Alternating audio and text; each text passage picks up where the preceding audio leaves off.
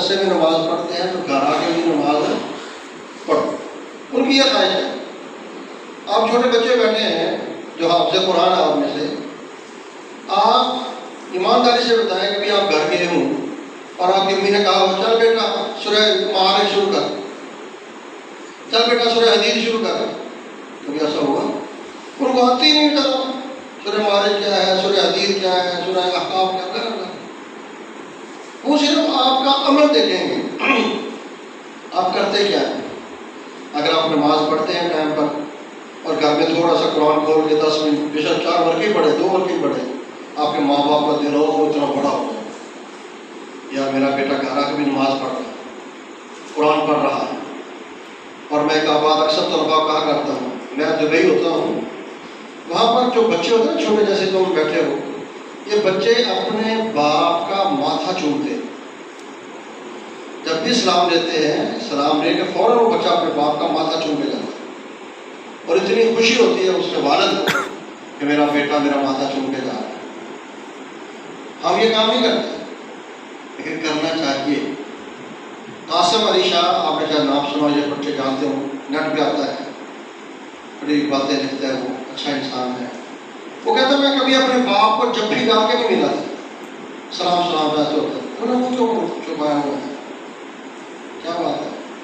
وہ مرض مسئلہ ہے. چلو بیٹی ہمیشہ پردہ کر. تو ہے تو قاسم علی شاہ اپنے باپ کو عید کے موقع پہ جب بھی کہا کے ملا، کہتا جب میں ملا تو میرے باپ نے مجھے چھوڑنے کا نام ہی نہیں لے رہا، اور میں بھی جب پھر آگے رو رہا ہوں، باپ بھی رو رہا ہوں. 5-10 دن آپ کھڑے رہے اور میرے باپ نے کہا قاسم اس جبھی میں اتنا مزہ تھا یار، تو آج تک تو کہاں آیا بیٹا تھا نا. تو جب بیٹا ماں باپ کا احترام کرتا ہے تو ماں باپ خوش ہوتے ہیں. اور یہ حدیث پاک زیادہ تعلیم میں آتی ہے، بچوں نے پڑھی ہوگی، رضا رب بھی رضا الوالد ہے. اللہ کو راضی کرنا ہے تو باپ کو راضی کرنا. آج بڑا افسوس ہوتا ہے، صحیح بات ہے، بچے ماں باپ کے آگے آنکھیں نکالتے ہیں، بات نہیں مانتے، جھڑکتے ہیں ظالم. حالانکہ 15ویں پارے میں وَقَضَىٰ رَبُّكَ أَلَّا تَعْبُدُوا إِلَّا إِيَّاهُ، حضرت آپ کو درس دیتے رہتے ہوں گے، کتنے احکامات ہیں. وَقُلْ لَهُمَا قَوْلًا كَرِيمًا. قرآن کی آیت ہے کہ باپ کے ساتھ پیار سے بولو. ابا جی آپ اتنے پیارے ہیں، ابا جی آپ کے ہاتھ کتنے خوبصورت ہیں، امی آپ کتنی پیاری ہیں. ایسی باتیں کرنی چاہیے ماں باپ سے. ماں باپ سے ایسی باتیں کرو گے ثواب ملے گا، کسی اور سے کرو گے گناہ ملے گا. تو پہلا کام استاد کا تھا. دوسری بات دل سے اللہ کا شکر. اکیلے بیٹھ کے یا اللہ تیرا شکر ہے تو نے قرآن کے ساتھ جوڑ دیا ہے. اگر آپ دل سے شکر ادا نہیں کرو گے اس کا مطلب آپ خوش نہیں ہیں. نہیں خوش ہیں اللہ آپ کو کہیں اور لے جائے گا. ہم دونوں بھائی آپ کے سامنے بیٹھے ہیں، ہمارے والد صاحب انگوٹھا لگاتے تھے، اردو نہیں پڑھے ہوئے تھے، قرآن بھی نہیں پڑھے ہوئے تھے.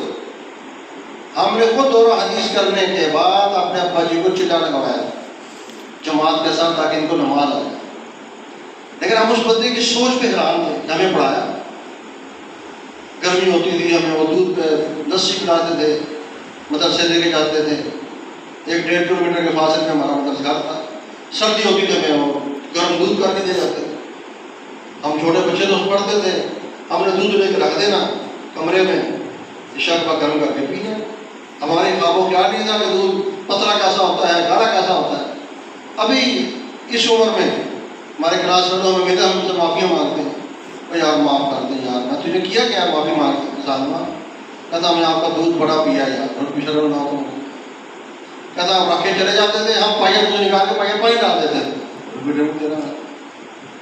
وہ تو ہمارے ساتھ ہمارا حق کھاتے تھے، لیکن معافی تو مانگ رہے تھے تو شکر ان کے احساس تو ہو گئے. کوئی اب آپ نہیں بڑے ہوئے تھے، آنے بڑے ہیں درست آ رہے. لیکن بات کیا ہے کہ ماں باپ خود کچھ بھی ہیں بچوں کو اچھا بنانا چاہتے ہیں تاکہ ہم سے ان کی زندگی اچھی ہو. آپ قرآن کے ساتھ تعلق جوڑ لیں، معمولی سی باتیں آپ کے سامنے ہیں. گتا قرآن کے ساتھ جوڑ دیا اللہ نے کہاں پہنچا دیا، ورقہ قرآن کے ساتھ جوڑا اللہ نے کہاں پہنچا دیا، گلاب قرآن کے ساتھ جوڑا اللہ نے کہاں پہنچا دیا. ورنہ کے بندوں کا ہمارا سینہ قرآن کے ساتھ جڑ گئے، اللہ اس کو بھی کہیں سے کہیں پہنچا دے۔ ابھی پچھلے دنوں آپ نے لڑکا سنا کہ ابو بکر، وہ آپ جیسے ہی تھا نا، کون سا آسمان سے نازل ہوا، نیٹ پہ جس نے وہ دھوم مچائی ہوئی، چھوٹا بچہ ہے پوری دنیا میں فرسٹ ہو کے آ رہا ہے۔ قرآن پڑھو، آہستہ آہستہ پڑھو، صحیح تلفظ کے ساتھ پڑھو۔ ساری حضرات بیٹھے ہوئے میں کہوں گا جلدی نہ پڑھا کرو۔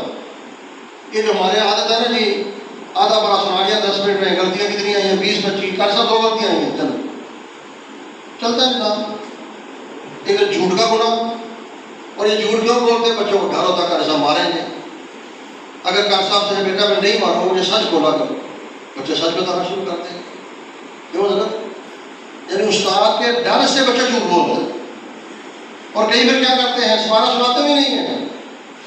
آپ نے جو حافظ ہے ہاتھ کھڑے کرو، جو حافظ ہے پورے، جو حفظ کیا ہوا ہے، جو تجربہ کار ہے، پورا سپارہ نہیں سناتے ہیں۔